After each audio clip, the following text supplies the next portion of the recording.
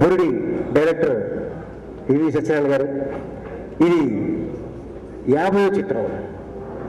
అంటే చోలో పువ్వు నుంచి ఇప్పటిదాకా లెక్క చూసుకుంటే ఇది 50వ చిత్రం.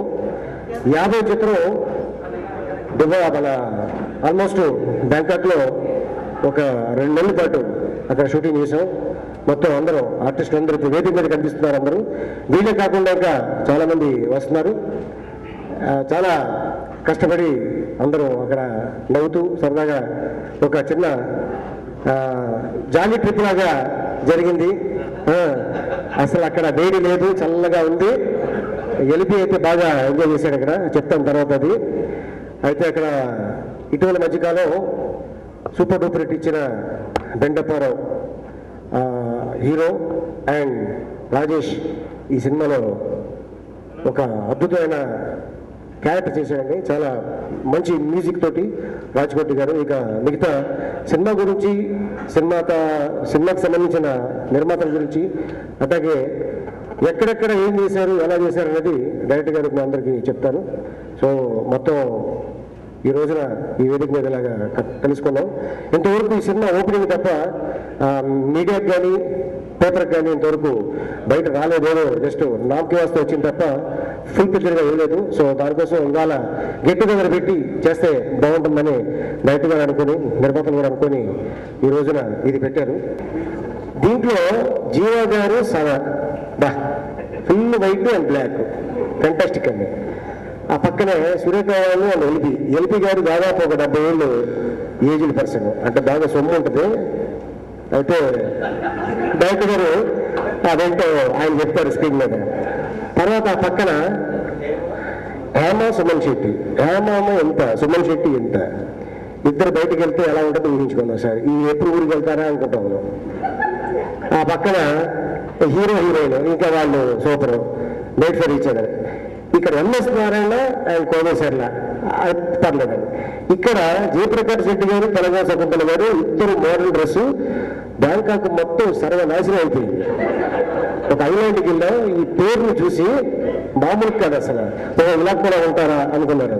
తర్వాత ఇక కింద శివారెడ్డి, ఒక ఆవిడ, శివారెడ్డి కొద్దిగా సన్ను, ఆవిడ మాత్రం మంచి కాయకచోడి, అది విషయం. ఆ పక్కన నేను, రమ్య, జోషన, అట్లాగే జయప్రకాష్ రెడ్డి, గీతా సింగ్, చూచి ప్రదీప్ ప్రకాష్, గీతా సింగ్, లేదు ఏపీలో కొనలేదు, అమ్మాయి తీయలేదు. ఇక ఆ పక్కన గారు కృష్ణ భగవాను, కల్పన. మీ పేరు రాలేదనుకుంటా, ఎందుకంటే ఇక్కడ చాలా స్టెప్స్ దిగాలి, కొద్దిగా కష్టం కాదు.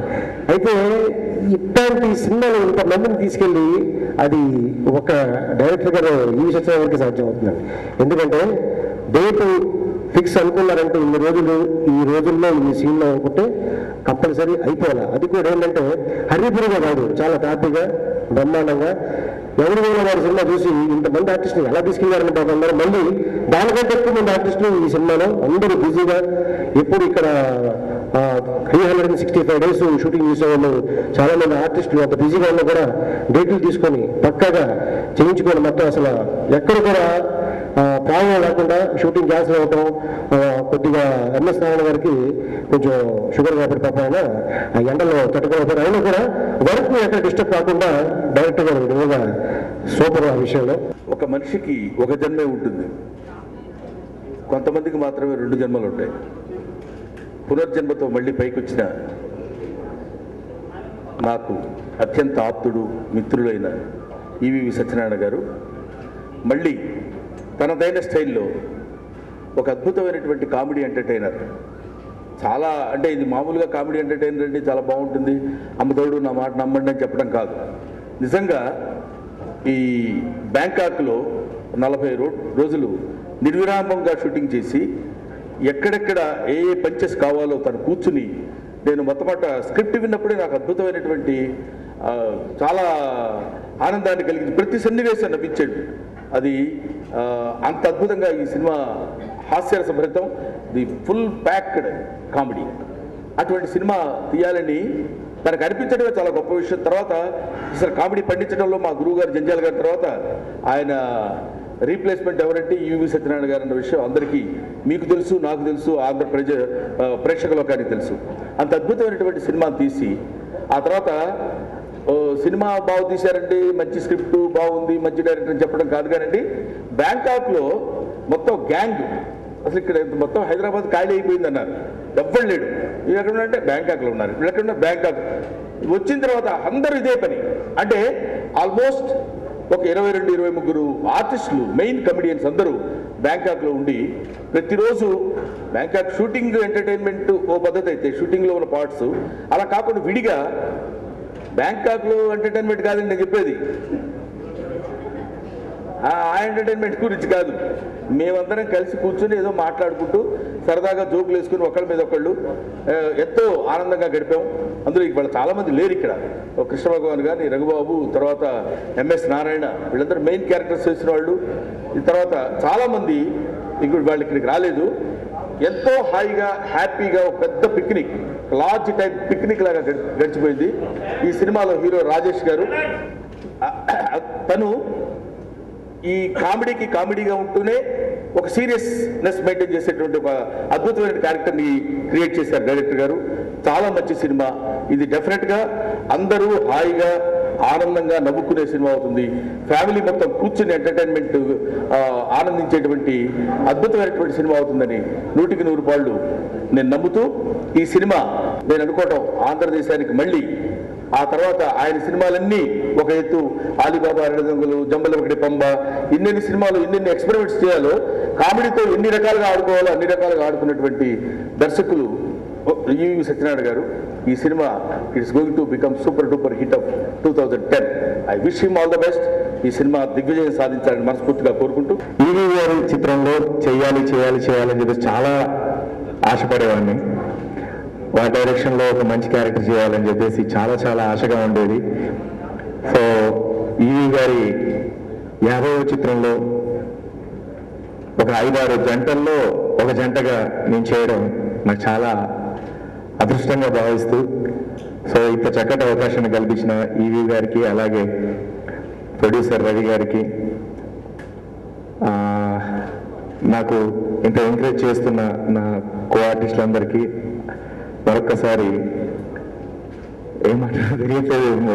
మనకి అంత ప్రోగ్రామ్ చేయడం అలవాటు కాబట్టి మాట్లాడడం కొంచెం తక్కువ. అయితే ఆ సంతోషాన్ని వ్యక్తం చేయడం నాకు రావట్లేదు. బట్ నిజంగా మనస్ఫూర్తిగా ఈవి సత్యనారాయణ గారి పాదాలకు వందనం తెలియజేసుకుంటూ, కృతజ్ఞత తెలియజేసుకుంటూ థ్యాంక్ యూ. ఇంత మంచి సినిమాలో కూడా నాకు మంచి క్యారెక్టర్ ఇచ్చారు డైరెక్టర్ గారు. అందరు జోడీల కంటే కూడా ఇప్పుడు అరుస్తారేమో, మా జోడీ చాలా బాగుంటుంది. సుమన్ శెట్టి నాది చాలా బాగున్నాయి. సీన్స్ అన్ని చాలా బాగున్నాయి. ఇందాక డబ్బింగ్ చెప్పాను, సీన్స్ అన్ని చాలా బాగా వచ్చినాయి. మా సాంగ్ కూడా సూపర్గా వచ్చింది. మీరు అందరూ డెఫినెట్గా ఈ సినిమా చూసి ఎంజాయ్ చేస్తారని నాకు తెలుసు. సో ఆడియన్స్ అందరూ మమ్మల్ని బ్లెస్ చేయాలని, మా ప్రొడ్యూసర్కి బాగా డబ్బులు రావాలని మనస్ఫూర్తిగా కోరుకుంటున్నాను. Thank you. ఈ మూవీలో అంటే యూజువల్గా నన్ను స్క్రీన్లో ఒక అక్కగా, ఒక వదినగా చక్కగా చీరలు కట్టుకొని, పువ్వులు పెట్టుకుని, జడేసుకుని పొందిగ్గా ఉండే క్యారెక్టర్లోనే నన్ను చూశారు. గతంలో 1-2 సినిమాల్లో నేను మోడర్న్ క్యారెక్టర్ చేసినప్పటికీ కూడా ఈ సినిమాలో కనిపించే సురేఖ చాలా డిఫరెంట్గా ఉంటుంది. సో ఆదరిస్తారని, ఎటువంటి కామెంట్స్ రావని, మంచి పేరు వస్తుందని మనస్ఫూర్తిగా కోరుకుంటున్నాను. థ్యాంక్స్ టు డైరెక్టర్ గారు and also my producer. Thank you so much. ఈ పోస్టర్ చూసాక ఇంకేం మాట్లాడక్కర్లేదు. హలో.